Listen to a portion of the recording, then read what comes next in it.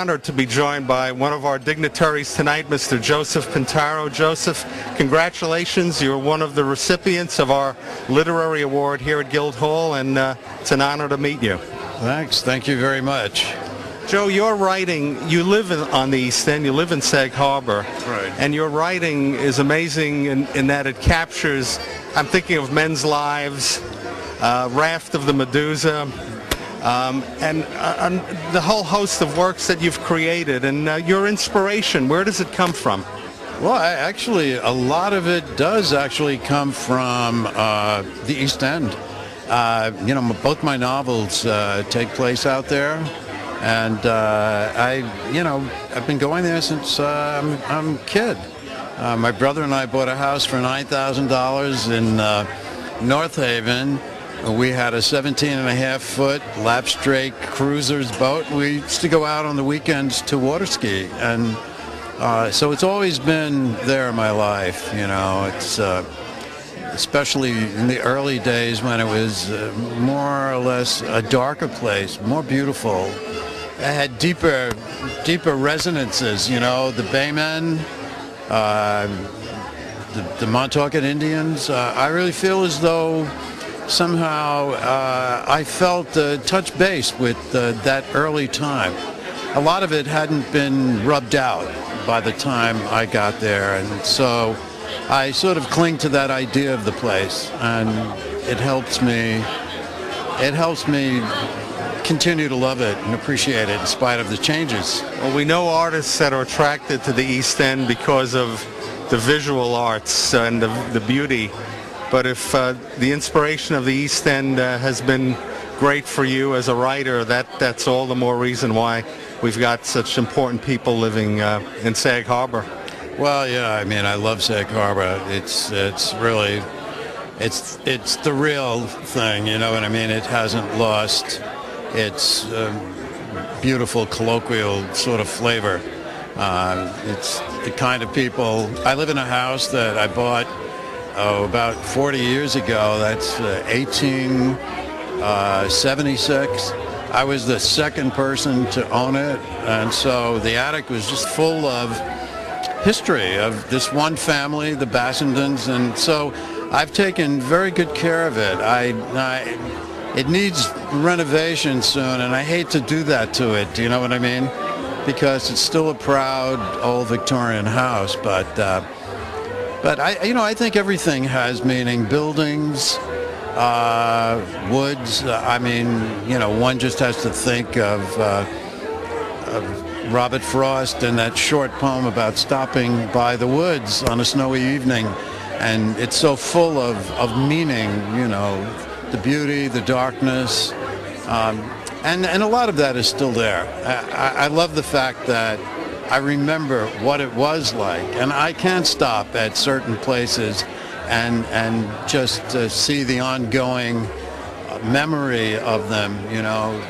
The woods behind the house, so to speak. I remember the place, and it still is extremely beautiful. I mean, you can't kill the beauty of a place that's caught between the ocean and the bay, and so it's great. Well, we're so thrilled that you're being honored tonight.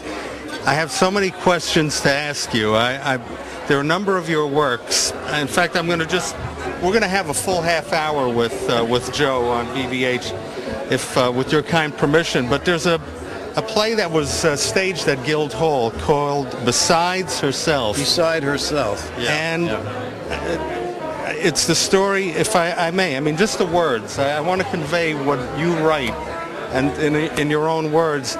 It's a story of Mary Candy, who's the main character, and she's deeply hurt by her first love, that she does something that destroys her life.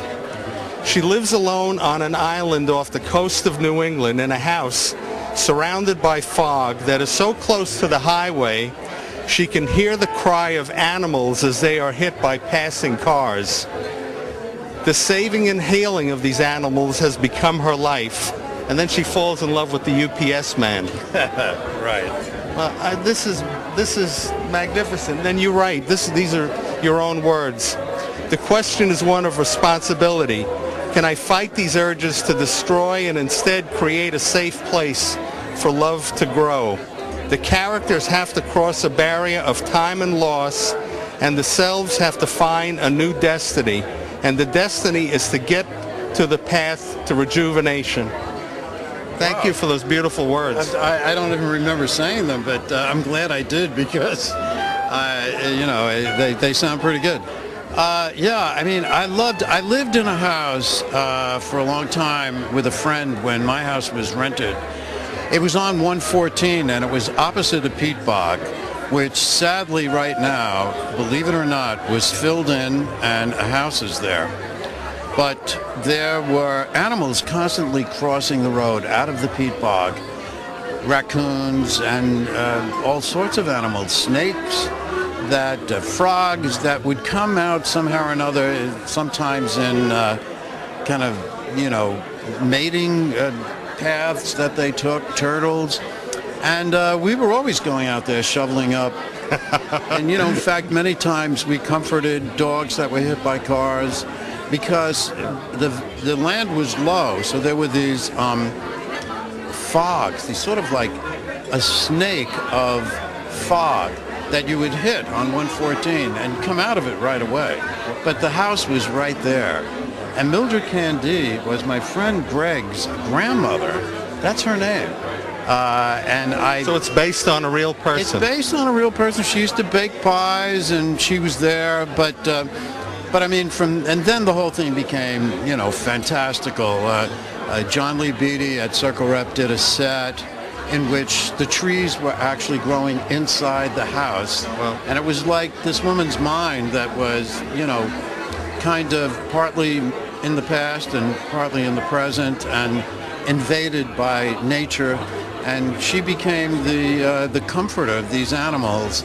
But she had a dark secret. Yeah. And but Joe, you know, your inspiration. We're so thrilled that you're here, and you're well deserving of this award. And we thank you. Keep it coming. Thanks. I sure will. I'm working.